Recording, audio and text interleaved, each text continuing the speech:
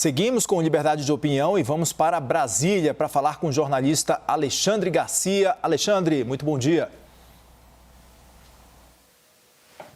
Bom dia, Kenzo. Vamos aos assuntos de hoje. Vamos lá.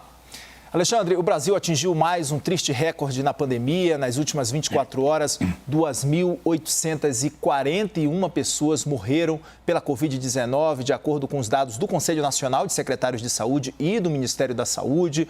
Com a atualização, o país ultrapassa as 280 mil vítimas e quase 11 milhões e 600 mil casos confirmados da doença aqui no Brasil. A Fiocruz alerta que essa é a fase mais dura da pandemia e que a situação pode piorar. Em conversa com a CNN, a Fundação disse que alguns estados têm apresentado atrasos nas notificações de casos e mortes por Covid ao Ministério da Saúde e as atualizações podem trazer números ainda maiores. Alexandre, a vacinação está lenta, as políticas públicas são ineficazes ou falta tempo para que essas medidas surtam um efeito, Alexandre? Bom, o tempo já passou bastante, né? São Paulo foi onde começou, o primeiro caso foi lá em São Paulo, e São Paulo hoje é o pior caso do Brasil, né? E é o estado mais rico, mais adiantado, digamos assim, de mais pujança econômica.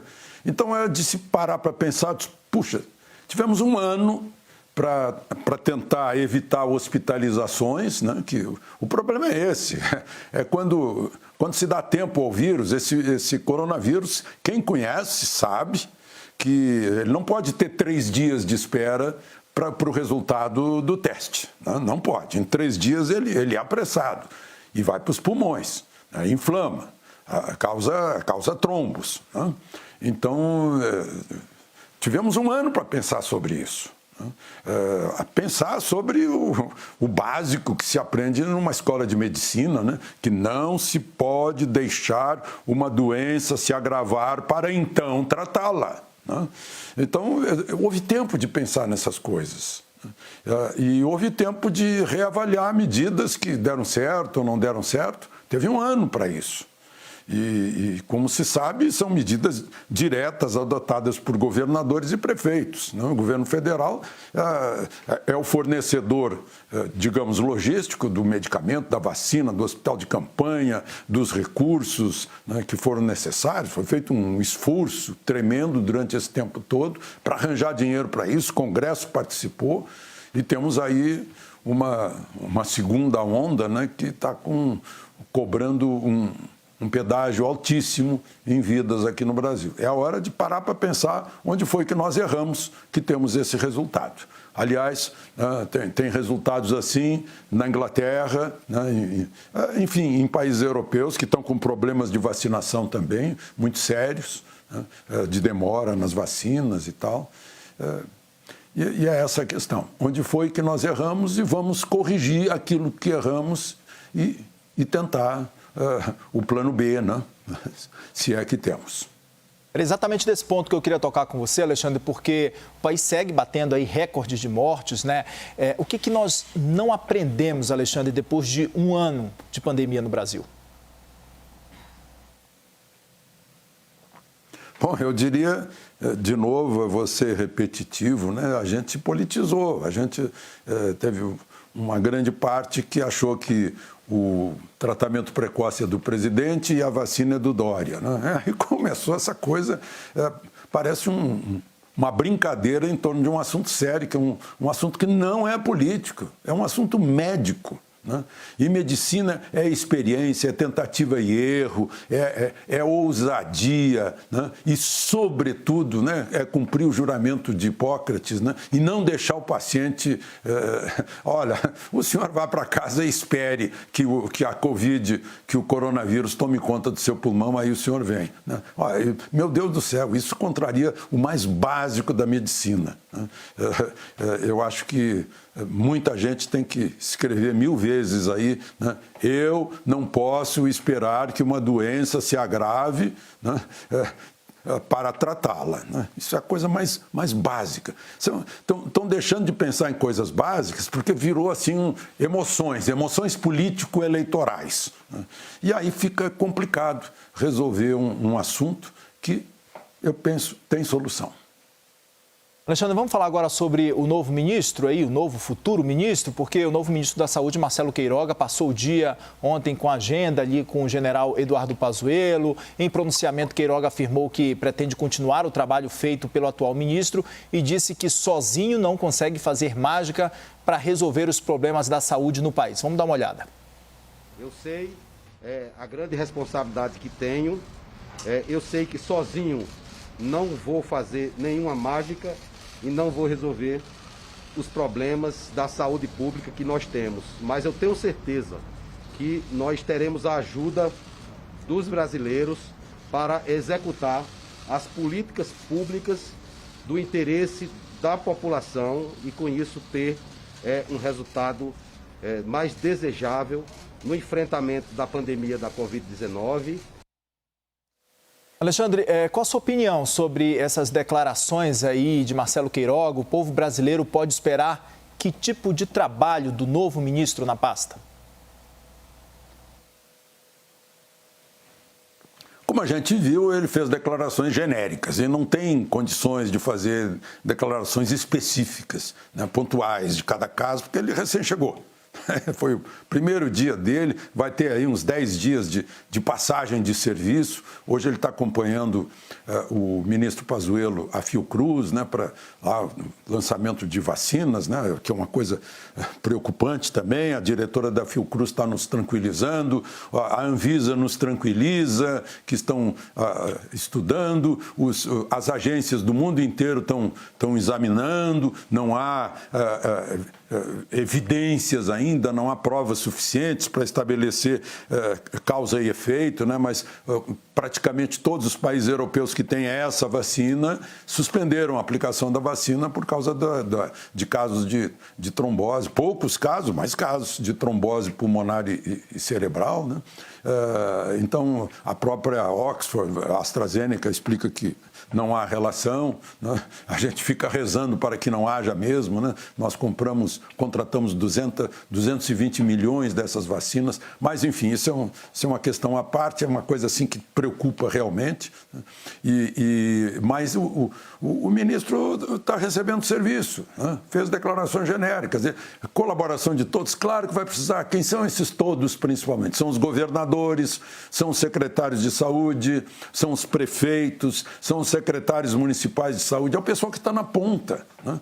Ele aqui em cima, ele é um distribuidor, digamos assim, né? Mas o pessoal que está na ponta é que está sentindo, fazer o que fez lá o prefeito de São Lourenço, por exemplo. Ainda ontem eu estava ouvindo declarações dele, né? A UTI lá de São Lourenço está cheia, mas não tem ninguém de São Lourenço, porque São Lourenço fez aquilo que ele aprendeu, ele é médico, aprendeu na faculdade, né? Não deixe uma doença se agravar, trate logo a doença, é o primeiro sintoma, né? Então, não tem ninguém de São Lourenço na UTI do Hospital Regional de São Lourenço, é o pessoal ali dos municípios próximos. Agora, são essas pontas, né? Os governadores tem que se unir ao Ministério da Saúde para as coisas funcionarem assim com uma certa fluidez, né? E não deixaram de funcionar com fluidez até agora. E, no entanto, os resultados não são bons, né? Então, é um trabalho duro. Ele está assumindo no pior momento dessa pandemia, né? Interessante que o dia seguinte tem sido sempre pior que o anterior, né? É terrível, a gente fica esperando para saber quando a curva vai chegar no vértice e começar a baixar. E, Alexandre, ontem Queiroga também disse que o ministro executa as políticas do governo. Ao falar isso, o futuro ministro deixa claro ali que não vai ter autonomia de trabalho como médico, gestor da saúde, e que vai seguir as orientações do Palácio do Planalto, na sua opinião? Não é na minha opinião, isso é o óbvio, né? O ministro não é um presidentezinho que foi posto lá. O ministro é até a etimologia da palavra fala em servo, né? Servo é meio forte, né? Mas é um menor, começou pela raiz de menor. Ele está abaixo do presidente, ele é um auxiliar do presidente, né? E para usar a linguagem, o presidente é capitão do exército, né? Para usar a linguagem, o ministro tem liberdade tática. Mas os objetivos estratégicos são do presidente. Foi aquilo que o presidente combinou com o eleitorado dele, com quase 58 milhões de brasileiros, né? Então, é uma questão de democracia, né? O presidente dá as diretrizes, né? A linha básica estratégica e dá liberdade tática para o ministro, o seu auxiliar, agir. Diz lá para o ministro, olha, eu quero água no Nordeste. Diz para o outro ministro, eu quero trilhos, né, pelo interiorzão do país. E o ministro te vira para executar, né?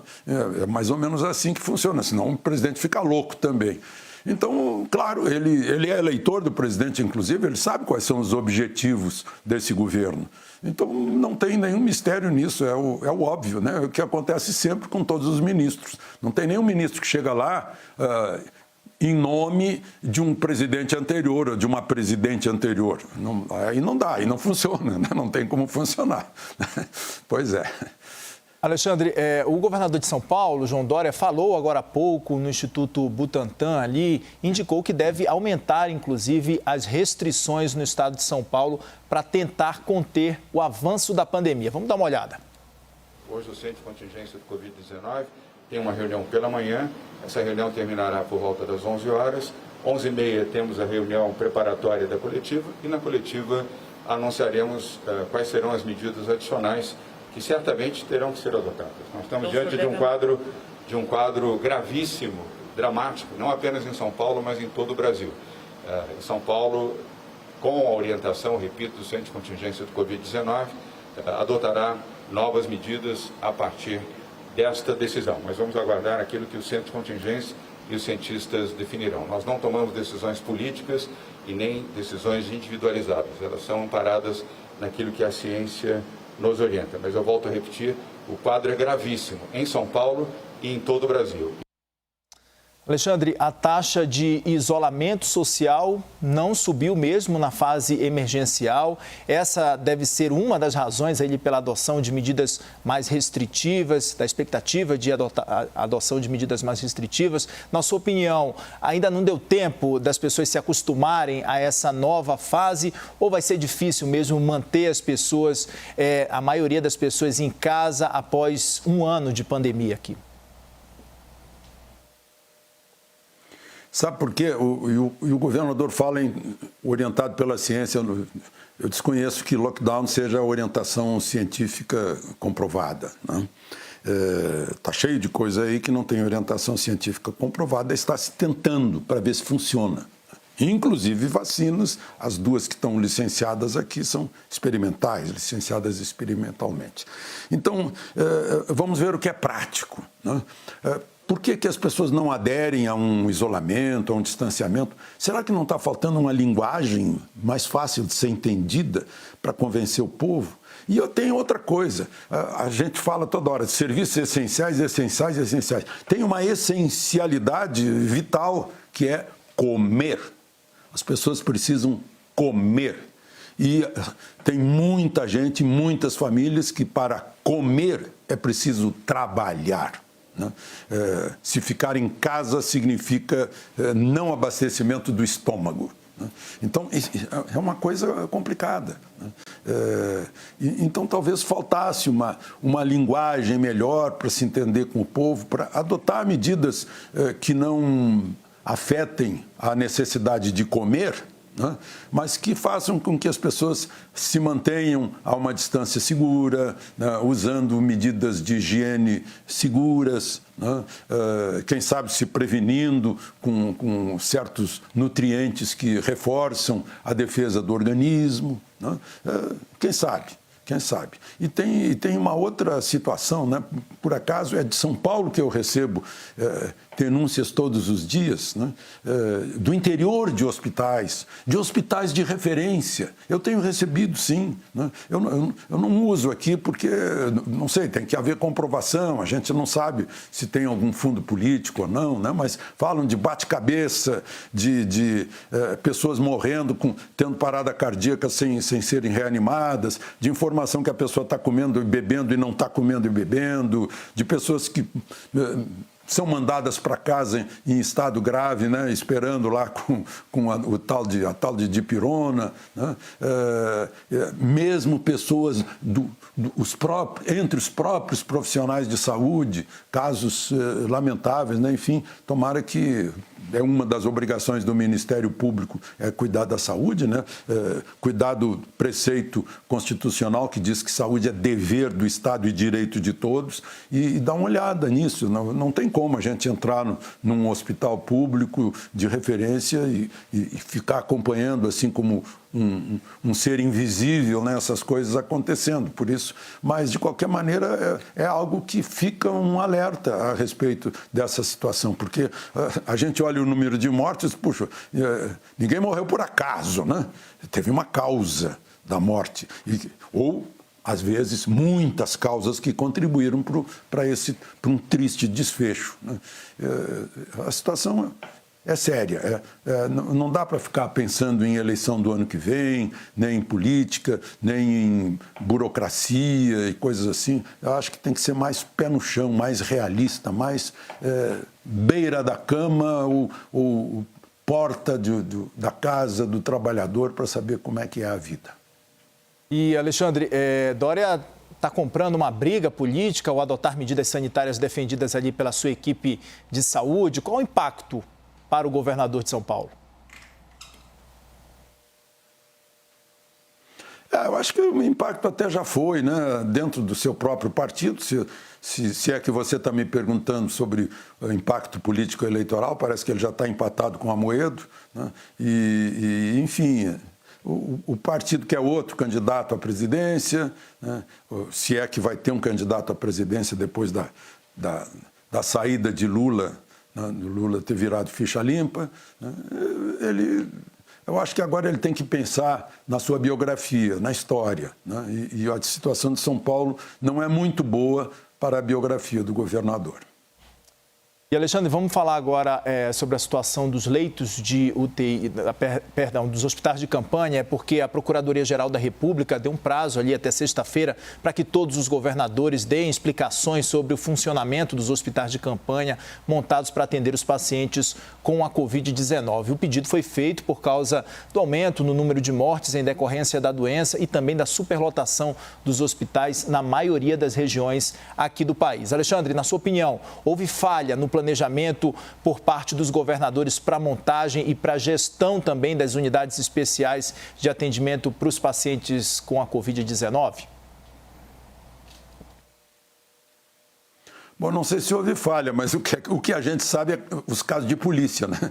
Em que a Polícia Federal já investigou de desvios de milhões de hospitais de campanha. Tudo isso aconteceu no ano passado, quando choveu verba federal para serem erguidos os hospitais de campanha, para que não lotassem os hospitais do SUS, né, normais. E então foi distribuída a verba, foram edificados os hospitais. Agora a subprocuradora Lindora Araújo faz muito bem, e é uma obrigação do Ministério Público cuidar disso.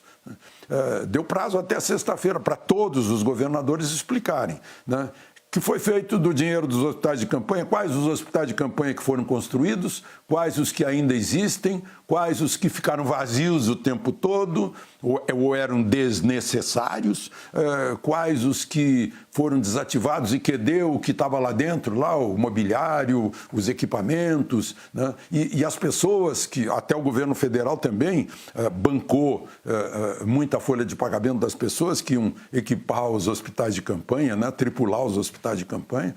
Então, essa é uma satisfação, porque todos estão reclamando, uma boa parte, hospitais lotados. Meu Deus, então Gente, senhores governadores, parem para pensar o que eu devo fazer para evitar que o hospital fique lotado. É tão simples a resposta, né? Mas, enfim, hospitais lotados e a procuradora, subprocuradora Lindora quer saber, olha, e os hospitais de campanha, vocês fizeram o que com eles? Então, sexta-feira a gente vai ver aí o balanço dos governadores, né? Vão explicar para o Ministério Público. Ok, Alexandre. Obrigado pela participação. Obrigado, Kenzo. Até amanhã. Aproveitem o dia.